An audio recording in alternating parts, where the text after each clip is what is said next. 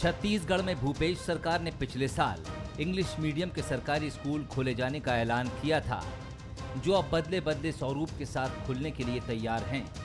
Swami Atmanand English medium school के नाम से खोले जा रहे इन स्कूलों में न सिर्फ पढ़ाई अंग्रेजी माध्यम से होगी, बल्कि टीचर्स की भर्ती भी इंग्लिश मीडियम के हिसाब से की गई है। लेकिन इस फैसले पर सियासत भी तभी से शुरू हो गई थी जब छत्तीसगढ़ सरकार ने आत्मानंद अंग्रेजी माध्यम स्कूल खोले जाने की बात कही थी। बीजेपी ने अंग्रेजी माध्यम स्कूलों को 5 स्टार ट्रीटमेंट दिए जाने और हिंदी मीडियम के बच्चों को उपेक्षित किए जाने की बात कही थी। लेकिन मुख्यमंत्री भूपेश बघेल ने अपने एक और फैसले से विपक्ष को जवाब दिया है। अब हर जिले में अंग्रेजी माध्यम की तर्ज पर स्वामी आत्मानंद हिंदी मीडियम स्कूल खोले जाने का भी ऐलान कर दिया है।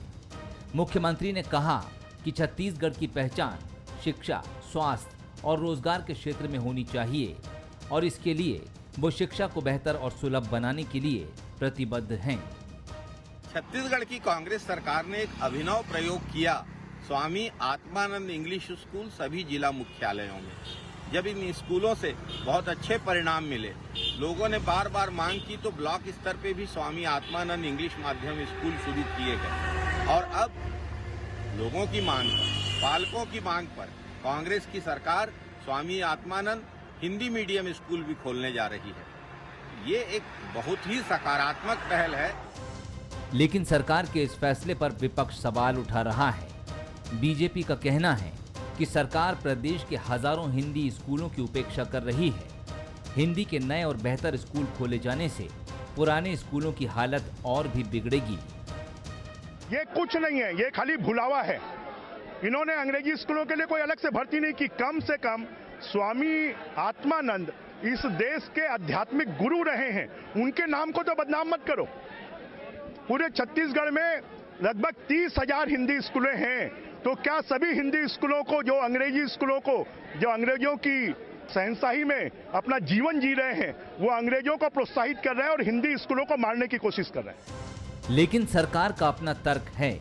आत्मानंद इंग्लिश मीडियम स्कूलों की सफलता को देखकर वो आत्मानंद हिंदी मीडियम स्कूल खोलने जा रही है। सत्ता और विपक्ष के वार पलटवार के बीच एक चीज जो अच्छी हो रही है वो यही है कि अंग्रेजी और हिंदी मीडियम पर छिड़ी बहस के चलते ही सही, प्रदेश में हाशिए पर पड़ी शिक्षा भी अब एक मुद्दा बन रही है। अभिषेक शुक्ल, बंसल न्यूज, रायपुर। नमस्कार, स्वागत है आपका। मैं हूं अभिषेक शुक्ल। सियासत की इंग्लिश विंग्लिश। जी हां, आत्मानंद स्कूल जो अंग्रेजी माध्यम का है, जब से इससे खोलने की बात आई, इस पर विवाद होने लगा, विपक्ष इस पर सियासत करने लगा। विपक्ष का आरोप था कि हिंदी मीडियम को उपेक्षित किया जा रहा है। इंग्लिश मीडियम स्कूल अच्छी बात है, लेकिन उनको 5 स्टार ट्रीटमेंट और हिंदी स्कूलों को क्यों नहीं। सरकार ने फैसला किया कि इंग्लिश जो स्कूल है बहुत सक्सेसफुल हो रहे हैं, इसलिए अब हिंदी माध्यम के स्कूल भी हर जिले में खोले जाएंगे, आत्मानंद हिंदी स्कूल की तर्ज पर। सवाल यहीं से खड़ा हुआ। विपक्ष ने कहा कि 30,000 से ज़्यादा, जैसा कि बृजमोहन अग्रवाल कह रहे थे कि स्कूल है हिंदी के, उन हिंदी स्कूलों का क्या होगा? क्या वो उपेक्षित नहीं होंगे? बेहतर होता उन जो भी स्कूल, सरकारी स्कूल चल रहे हैं, वहाँ सुविधाएं बेहतर की जाती, उनका उन्नयन किया जाता। विवाद इसी बात पर है और लगातार चल रहा है। हालांकि इंग्लिश जो आत्मानंद इंग्लिश मीडियम स्कूल है, वहाँ पर भर्ती के लिए होड़ लगी हुई है, ये किसी से छुपी नहीं है।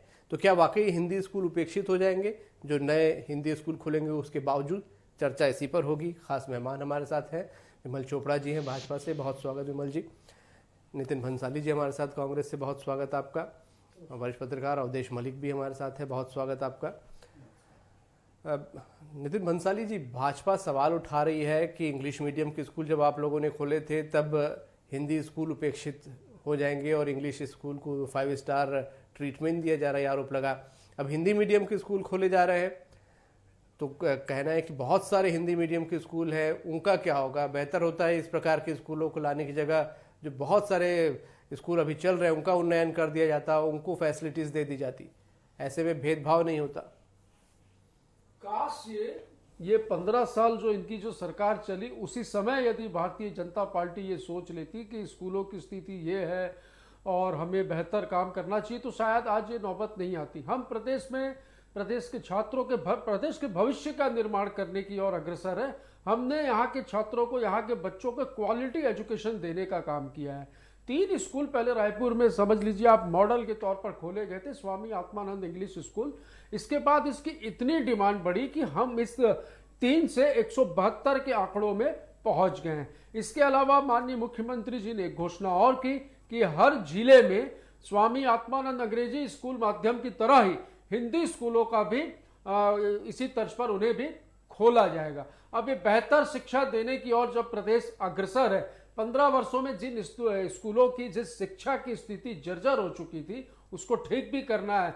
खाली इन स्कूलों पर फोकस नहीं रहेगा, जो अन्य सरकारी स्कूल जो चल रहे हैं उस पर भी निश्चित तौर पर सरकार ध्यान देगी, सरकार काम करेगी। हमारा उद्देश्य है, देखिए एक सपना था एक गरीब का, एक मजदूर का, एक किसान का कि उसके बच्चे को अच्छी स्कूल में दाखिला मिले, उसे अच्छा एजुकेशन मिले। आज सरकार उस सपने को पूरा करने की ओर अग्रसर है और उस दिशा में काम कर रही है, तो इसका तो स्वागत करना चाहिए। अभी मैं बृजमोहन अग्रवाल जी की बाइट सुन रहा था, वो अंग्रेजी स्कूलों की खिलाफत अंग्रेजों के नाम से कर रहे थे। तो मैं भाजपा के उन नेताओं से पूछना चाहता हूं, आपके बच्चे क्या हिंदी स्कूल मीडियम में पढ़े हैं या अंग्रेजी स्कूल मीडियम या स्कूलों में पढ़े हैं? मैं दावा करता हूं सारे लोगों के बच्चे जो हैं इंग्लिश मीडियम में पढ़े हैं, अच्छे स्कूलों में पढ़े, क्योंकि फीस देने में ये सक्षम थे। हमारी सरकार उन बच्चों पर, उन गरीब परिवारों के बच्चों पर फोकस कर रही है जिनके पास कॉपी किताब खरीदने के लिए, महंगी फीस देने के लिए, यूनिफॉर्म के लिए पैसा नहीं है। हम उनके लिए काम कर रहे हैं। मैं आगे बढ़कर भाजपा को भी, विमल चोपड़ा जी से भी इस पे जवाब ले लेता हूं। विमल चोपड़ा जी, स्कूल को लेकर लगातार विवाद चल रहा था। आप लोगों ने हिंदी मीडियम के स्कूलों के साथ भेदभाव का आरोप लगाया। अब भी आरोप है आप लोगों का कि एक बड़ी संख्या हिंदी स्कूलों की है या सरकारी स्कूलों की है, उनको उन्नयन करना था बजाय कि इस प्रकार के स्कूल खोलने में। विमल चोपड़ा जी, मैं नितिन भंसाली जी की बात सुन रहा था कि 15 साल का रट लगा रहे थे। अरे 70 साल आप क्या कर रहे थे, इसको पहले सोच लीजिए कि शिक्षा के क्षेत्र में आपने क्या किया था। अपने गिरेबान पे पहले झांके, उसके बाद दूसरे को बोले। अभी भंसाली जी बोल रहे थे कि ऐसे स्कूलों की बहुत डिमांड होगी। क्यों नहीं होगी? चमचमाते टेबल कुर्सी हो, चमचमाते ब्लैक बोर्ड हो, हर व्यक्ति चाहता है कि अच्छी बिल्डिंग हो, वहां पैसा उसको देख करके। ये अभी शुरुआत है, इसकी शिक्षा इसमें कैसी होती है ये बात कुछ समय बाद पता चलेगी हमको कि क्या होता है। अब ये अंग्रेजी माध्यम के स्कूल खोल रहे हैं। मेरा कहना है आरटीई का कानून लागू है, क्यों नहीं गरीब बच्चों को वहां ये प्रवेश दिलाते। उसका इसके लिए तो इनका कोई प्रयास नहीं है कि 25% सीटें जो हैं वहां यदि गरीब बच्चों के लिए आरटीई के माध्यम से रिजर्व है तो वहां क्यों नहीं ध्यान देते? वहां ध्यान दीजिए अब और आरटीई में कीजिए। हमारा विरोध इससे नहीं कि आपके स्कूलों का स्टैंडर्ड अच्छा होना चाहिए, बिल्कुल अच्छा हो। 30,000 स्कूल में से 30 स्कूल का उन्नयन कर रहे हैं आप, वो भी जिला केंद्र में। ग्रामीण क्षेत्र के स्कूलों की क्या हालत है ये किसी से छिपी नहीं है। हम चाहते हैं कि जिला केंद्र में जो आप स्कूल खोल रहे हैं उसका शुभारंभ जिला केंद्र की बजाय एक ग्राम पंचायत से कीजिए। एक ग्राम पंचायत की स्कूल को ठीक कीजिए। जिले केंद्र में बहुत सारे प्राइवेट स्कूल है, बहुत पैसे वाले लोग रहते हैं। गांव के स्कूल को ठीक कीजिए आप, तब जो है ठीक होगा। और मेरा एक ही कहना है कि आरटीई के माध्यम से आप जो है उनको प्रवेश दिलाइए, गरीब बच्चों को अच्छी शिक्षा दीजिए काफी के। लेकिन उसमें तो आप असफल हो गए आरटीई में। अब आप नया सिगुफा छोड़ रहे हैं कि हम नए स्कूल खोलेंगे। जी ठीक, मैं अवधेश मलिक जी से भी इस पर टिप्पणी ले लेता हूँ। अवधेश जी, पूरा विवाद जब से आत्मानंद स्कूल खुला है तब से पक्ष विपक्ष दोनों इस पर आमने सामने है। जहाँ सत्ता पक्ष बहुत सफलतापूर्वक इस योजना को बता रहा है कि बहुत सक्सेसफुल है, बहुत डिमांड है, विपक्ष इसमें बहुत सारी खामियां निकाल रहा है। क्या वाकई शिक्षा व्यवस्था पर इससे असर पड़ेगा? देखिए अभिषेक जी, जहाँ तक इंग्लिश की बात है तो इसको लेकर एक जो इंक्लिनेशन है आपको आज़ादी के पहले से ही शुरू हो गई थी। मोतीलाल जी अपने बेटे को अंग्रेजी शिक्षा दिलाना चाहते थे, तो उन्होंने वहाँ के जो अंग्रेज तत्कालीन अधिकारी थे उनसे पूछा कि इनको कैसे शिक्षित किया जा सकता है अंग्रेजी में। तो उनका कहना था कि आपके पास दो ऑप्शन हैं, या तो इनको इंग्लैंड भेज दीजिए या नहीं तो इंग्लैंड के जो खास लोग हैं उनके पास इनको छोड़ दीजिए। तो डेफिनेटली ये जो इंग्लिश एजुकेशन की जो बात होती है तो वहाँ पर एक एनवायरनमेंट की भी बात होती है कि एक एनवायरनमेंट मिलता है जिसमें लोग अंग्रेजी में बात करते, तो थोड़ा आपको जो है सो अंग्रेजी में धीरे धीरे चीज़ें को समझ में आने लगती है। लेकिन अगर आप इसमें देखेंगे ओवरऑल जी इंग्लिश स्कूल्स में भी देखेंगे, बहुत सारे प्राइवेट स्कूल हैं, है ना, सेंट्रल स्कूल्स हैं, है ना, उसके बाद अब स्टेट गवर्नमेंट भी प्रयास कर रही है कि अंग्रेजी की चीज़ें, लेकिन जहाँ पर जो लर्निंग स्किल्स की बात है, कॉग्निटिव लर्निंग स्किल की जब हम बात करते हैं तो उसमें जो विद्वान हैं उनका ये कहना रहता है कि मातृभाषा में शिक्षा दिया जाना चाहिए, तो बच्चे उसको आसानी से पकड़ते हैं और चीज़ों को काफ़ी डेवलप करते हैं। इस पर रिसर्च भी हो रहा है, आईटी जैसे संस्थानों से भी कुछ एक करिकुलम निकल के आ रहे हैं जिसमें ये कहा जा रहा है कि जो अपना जो नेचुरल भाषा रहता है बच्चा के मातृभाषा, उसमें जो बेसिक लर्निंग उनको दिया जाना चाहिए एटलीस्ट 10th तक, और अंग्रेजी उसके साथ में जो है चूंकि इंटरनेशनल लैंग्वेज है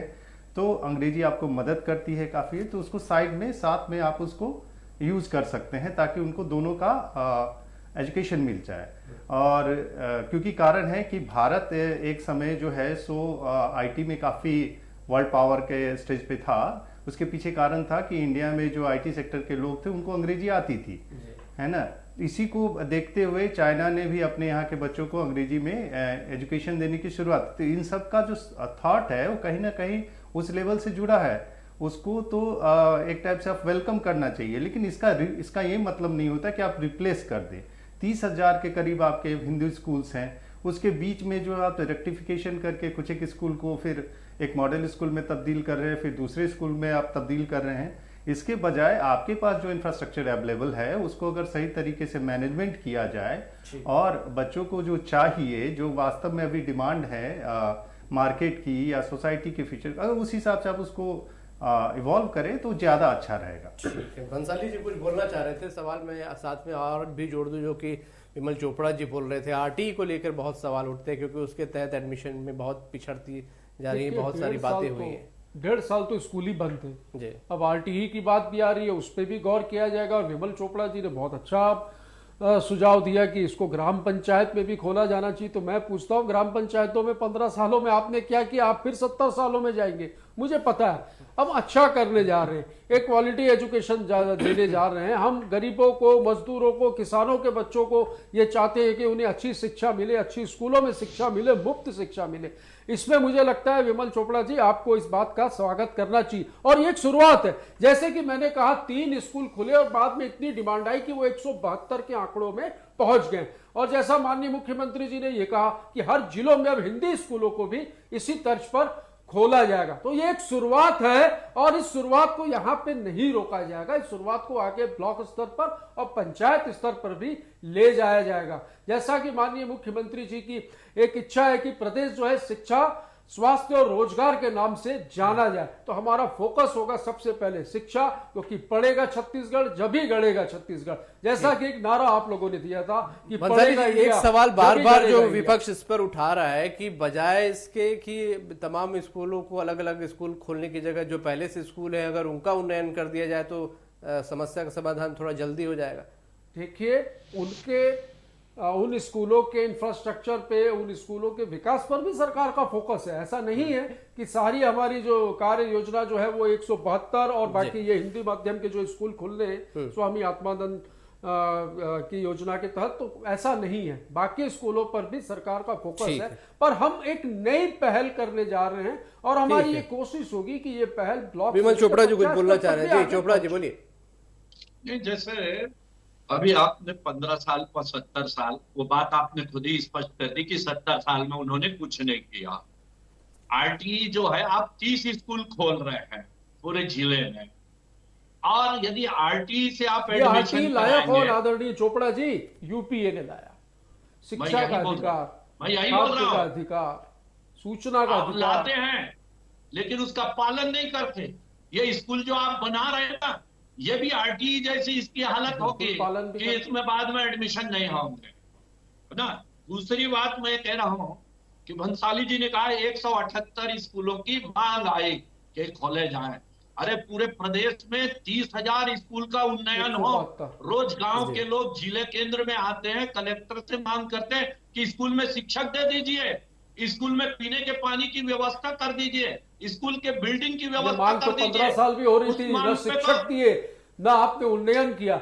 14,580 शिक्षकों की आदरणीय चोपड़ा जी हम लोगों ने नियुक्ति की। ये सारी नियुक्ति आप लोगों ने नहीं आपकी शिक्षा का स्तर सुधर रहा है, सहयोग करिए। मुझे शिक्षा का स्तर सुधर रहा है, आप सहयोग करिए, प्रशंसा करिए। भंसाली जी, चोपड़ा जी को सुन लेते हैं, बोलिए चोपड़ा जी। सुन लेते हैं, फिर आप बिल्कुल बोलिए ना, मेरा कहना जी चोपड़ा जी बोलिए। शिक्षा का क्षेत्र ऐसा है जो राजनीति से परे होना चाहिए, लेकिन बहस होनी चाहिए इस पे कि क्या किया जाए। मैंने आज नहीं बहुत पहले सुझाव किया था, आज भी आप गांव में चले जाइए कि स्कूल की बिल्डिंग बनी है, टीचर एक है, हर 1 किलोमीटर पे प्राइमरी स्कूल है।